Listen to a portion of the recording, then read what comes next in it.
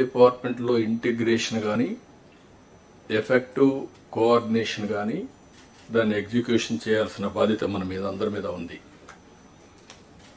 Once in 3 months collectors conference పెట్టుకుంటున్నాం.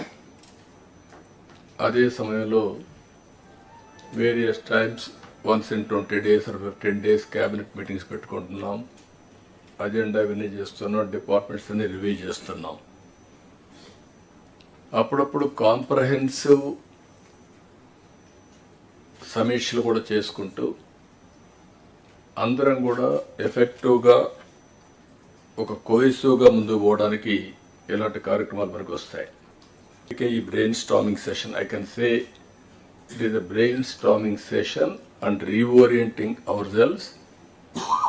ఏం చేయబోతాం clarity రావడానికి సమావేశం పెట్టుకున్నాం. 8 నెలలుగా ఎగ్జాక్ట్గా నేను ఎవ్రీ అవర్ క్యాలిక్యులేట్ చేసుకుంటున్నాను. బై టుమారో 12వ తారీఖు నేను ప్రమాణ స్వీకారం చేసి 8 months అవుతుంది.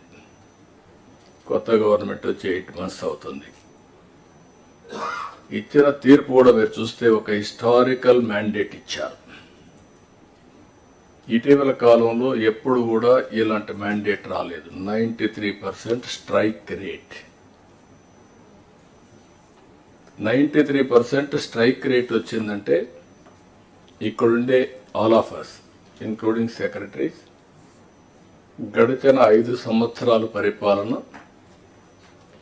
ప్రజలు యాక్సెప్ట్ చేయలేదు.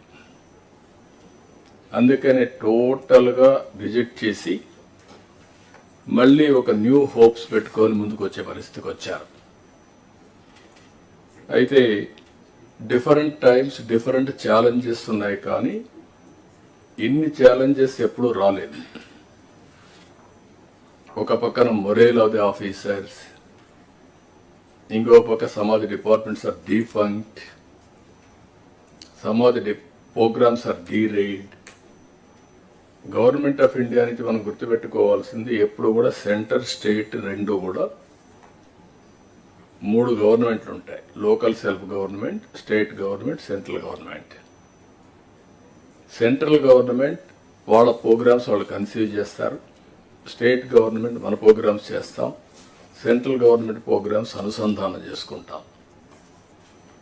దగ్గర 90 సెంట్రలీ స్పాన్సర్ స్కీమ్స్ ఉంటే టోటల్గా అన్నీ కూడా డిఫంక్ట్ అయిపోయినాయి. ఫండ్స్ డైవర్ట్ చేసే పరిస్థితికి వచ్చారు. వీటన్నింటిపైన మనం ఒక 7 వైట్ పేపర్స్ అన్ని పబ్లిసైజ్ చేశాం. పబ్లిక్ కూడా మనం గుర్తుపెట్టుకోవాల్సింది, ఒకసారి పనిష్ చేశాం, మీరు వచ్చారు, మొత్తం సరిచేస్తారనే ఉద్దేశంతో మీకు మ్యాండేట్ ఇచ్చామనే అభిప్రాయంతో ఉంటారు. అది ఉన్నప్పుడు మనం ఎక్స్ట్రా ఎఫర్ట్స్ పెట్టాల్సిన బాధ్యత మనందరిపైన ఉంది. అందుకే